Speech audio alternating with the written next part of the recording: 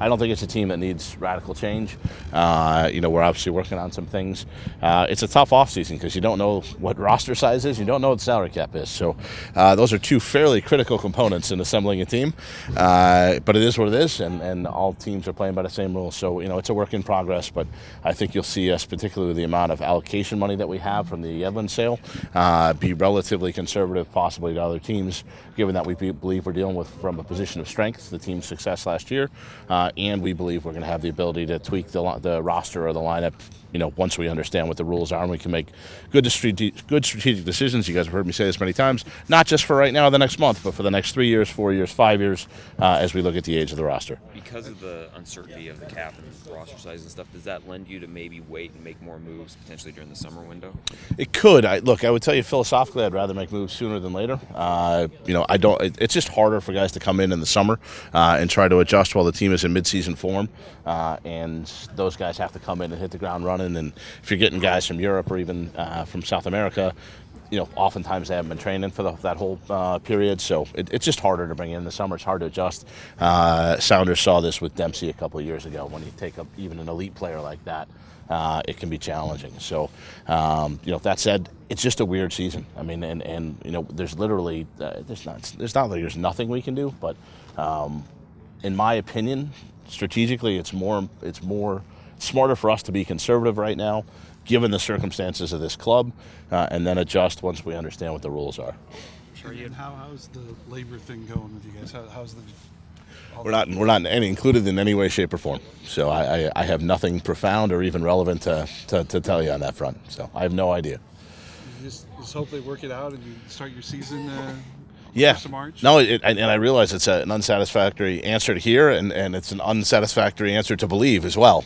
Again, we are not included in any way, shape, or form in the process. That's between the league and the players, and they will figure it out. And everyone gets fined, I think, $250,000 for talking to anybody else, so it serves as a fairly steep deterrent to anyone having conversations, much less forecasting when things might get done. You guys have a plan if there's no game on March 8th in terms of? I mean, I guess the plan is we'd probably send a release saying don't show up at the stadium.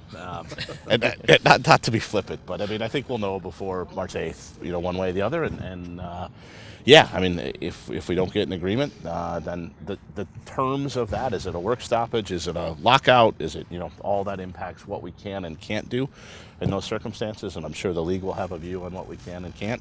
My fervent hope is that we don't have a work stoppage and that we're ready to play on March 8th.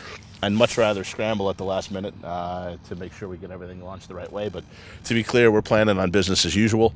We're planning to have a game not only March 8th, but on every week this season.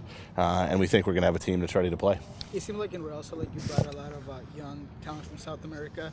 Do you guys have an eye right now on perhaps some younger players from South America? Certainly, we had success with some younger players, and I think this team has had some success with some Latin players. I mean, certainly Marco Papa, and if you look at the part of the world, I mean, I know Ozzie Alonso didn't get here through a traditional route, but obviously he's from, I consider everything kind of south of the border as South America, and I understand that's not literally true, so just to be clear, I understand there's a difference between the Caribbean and Central America and South America, but I think we're looking at all those markets, and the reason we look at those markets is purely socioeconomic. I mean, you can literally what I always tell folks, fans, is the easiest way to look at where we're going to sign players is look at the GDP reports put out by the UN.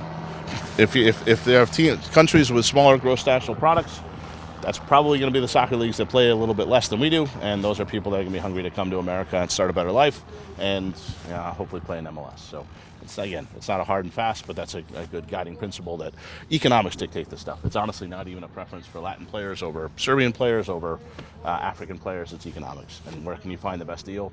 And if you looked at what we did with my previous club, we started out in Argentina and Brazil, we moved to Colombia, and then we moved to Ecuador, and we had to keep moving. And the last player we signed is from Chile, and it's literally just staying ahead of the economics. And as prices go up, you move to the next country. Sure. You mentioned that you kind of like Brad Evans kind of in the middle of the field. What have you kind of seen from him so far, kind of trying out a new role here? I would say this. We're clearly going to give Brad a run at center back. I think he's well equipped to succeed there. and he's the captain of our team. He's a very good leader. So I think he can, that's a role that we're going to try, and we're going to see how it goes with him and Marshall back there together.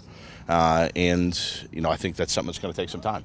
It's not something that's going to resolve itself in a couple days or a couple weeks or anything like that. If you're going to try a positional shift like this, you got to give it time to develop, because it is totally unfair to ask a player, veteran or rookie or otherwise, to learn a new position and all the nuances of that in just a couple of weeks or just even in a preseason. So it's definitely something we're going to look at. It's definitely a problem that we have a position where we have to get better. So we'll see how that goes. But I mean, you're stating the obvious when you say that the defense has to be better than it was last year, however you get there. And I think some of that is Stefan Fry's performance for me improved over the course of the year. If he got a full year of Stefan at his best. And again, keep in mind, Stefan hadn't played for 2 years, heading into last season, so I think it's a reasonable expectation he will perform at a high level. And then you got to get your best out of the other 4 spots. Again, this may sound silly, but DeAndre Yedlin, for me, was better going forward than he was defending. And again, that's by choice and that's by style, and that's not a knock on DeAndre in any way. But I think we have a player in Tyrone Mears that might be a better one-on-one defender. So we'll see if that helps or that hurts, but it's all about the package, and it's the 2 guys in front of the back 4 on top of that. So it's getting the group right. If you get that right, then hopefully you can give up fewer goals. And I think that's a metric that we can improve on over last year. Do you have an idea yet when Clint will come in? We have an idea, and that it's soon, but we'll probably give him a couple days off, to be honest with you. So that camp is brutal in January, especially for older players, especially with the workload that Clint had last year. So I would expect us to be cautious in reintroducing him, and it's far less important to us when he comes back as to what condition he comes back. And Clint's been through plenty of preseasons too. We're not worried about his fitness for over what's effectively, I know Jurgen wants an 11-month season. I think ours is 10 and a half. So I guess we were 2 weeks short. But to me, if you're 30-something years old, you probably get enough soccer in a year. Is there any position that you're maybe concerned when it comes to numbers, like perhaps the left back position? It seems like they might need a little bit more numbers. Numbers-wise at left back, obviously you got Leo, who played the majority of the games there last year. We have the young player Correa, who started against the Galaxy. I thought had a good outing. Still working on his fitness, but getting up to speed. You have Dylan Remick that played a number of games, including the Champions League games last year. So I would say numbers-wise, we're actually okay at left back. What we need is somebody to play really well at left back. And to be clear, I think historically Leo has done that. I think it's also fair to say Leo's closer to the end of his career than he is to the beginning. And so, like every position, we have to have a succession plan. And part of that is a succession plan to the first team. And again, broadly speaking, you guys will hear me hammer this over and over and over again. One of the reasons I'm here, though, is to have the succession plan over 3 years and 5 years, and that comes from S2 and that comes from the academy. And so I'd honestly worry less about who's on the first team roster than who's in the pipeline over the next coming things. But that's stuff that we're working on right now.